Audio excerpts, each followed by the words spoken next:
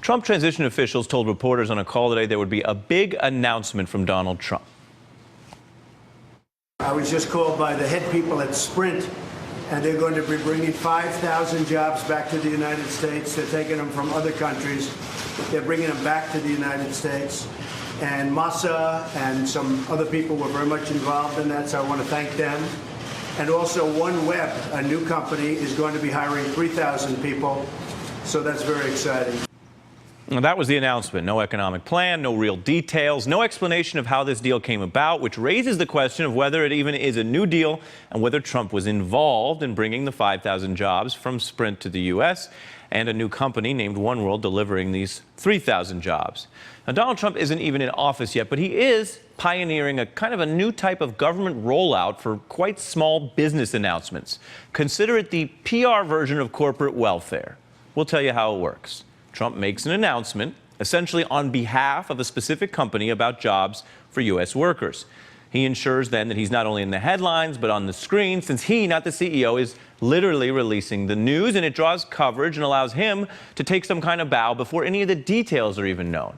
Several weeks ago, Trump got to announce he said, was bringing $50 billion and 50,000 jobs into America from a deal with a Japanese company, SoftBank.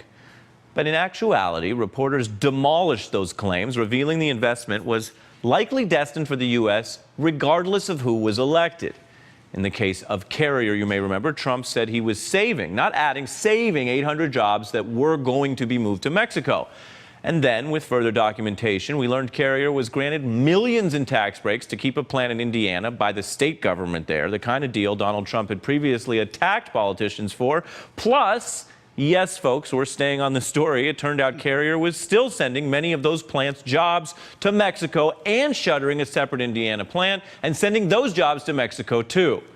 Now, tonight, hours after Donald Trump was happy to announce those supposed 8,000 new jobs, again, some demolishment. We're learning these are not new jobs. They are the same jobs from that SoftBank announcement from earlier this month.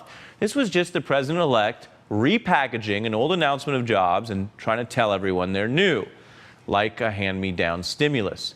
Consider for a moment that studies have estimated Obama's auto bailout saved 1.5 million jobs. We want to be clear here, so this chart is as clear as possible.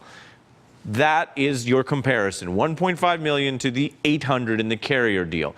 If Barack Obama was like Donald Trump right now and held individual announcements for every 800 jobs he saved, the size of that Carrier deal, he would have held one of these thank me press conferences every day for more than 5 years. Now, most presidents do have pretty strong self-esteem, but only Donald Trump has the rapper-level chutzpah to literally thank himself. Folks, he just channeled Aubrey Drake Graham to basically say, you could thank me now. Here's the tweet, quote, the U.S. Consumer Confidence Index for December surged nearly 4 points, the highest level in more than 15 years. Thanks, Donald, end quote. Thanks, Donald.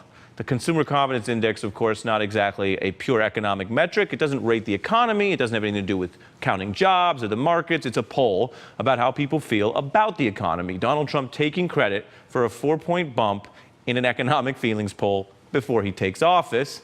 It's gone up, if you're keeping track, more than 80 points during President Obama's time in office. We're waiting on that thanks Barack tweet from the Barack Obama account. And it's not just the index. Donald Trump would also like you to thank him for some recent stock market activity. Quote, the world was gloomy before I won. There was no hope. It's like Star Wars tweets here. Now the market's up nearly 10% and Christmas spending over $1 trillion.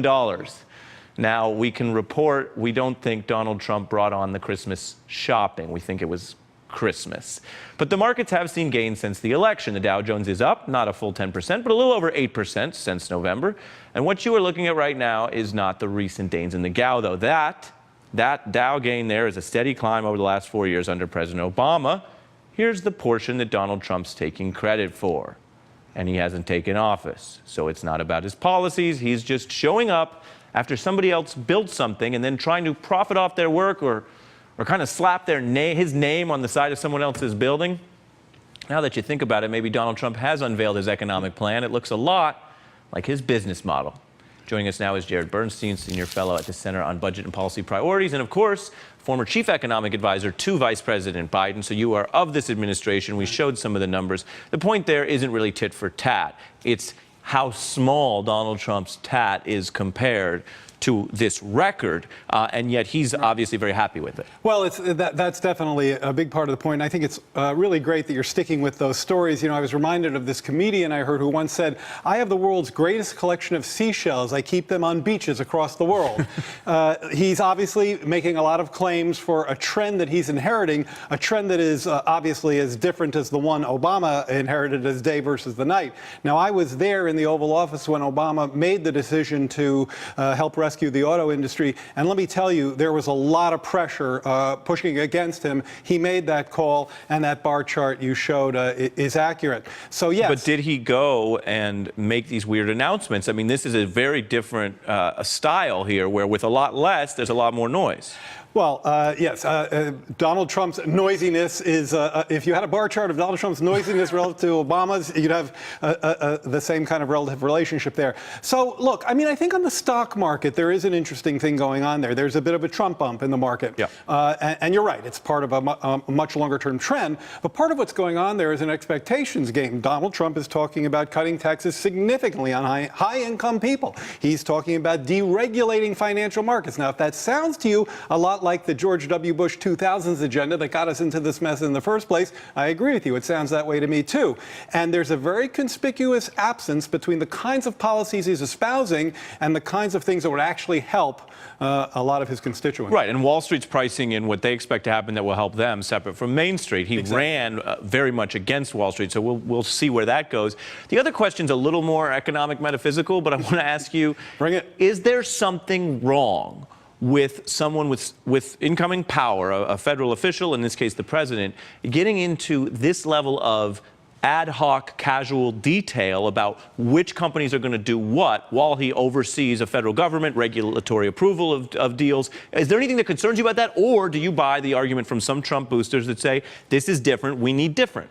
No, I think there's something wrong with this in particular. What we often have, and this is just the way presidents will always be, is that if something good happens in the economy, the president's going to take credit for it. I don't care who he or she is.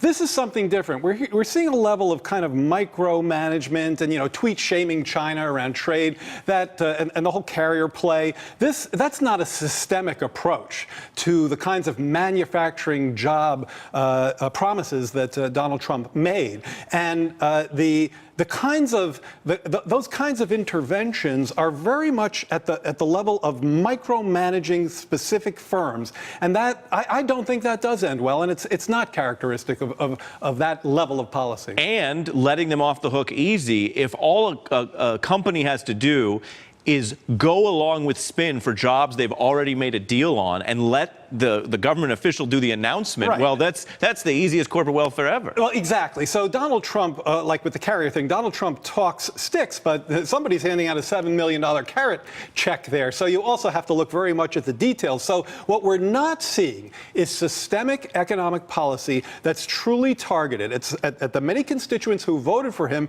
because they've been on the wrong side of globalization. They've been on the wrong side of inequality. They've experienced wage stagnation. Instead, what we're seeing is an infrastructure plan that's a gift to investors and more of that sort of thing. Jared Bernstein, not tired of winning yet, I think it's fair to say. Thanks for being here this evening. We appreciate your time. Much more to come. Stay with us.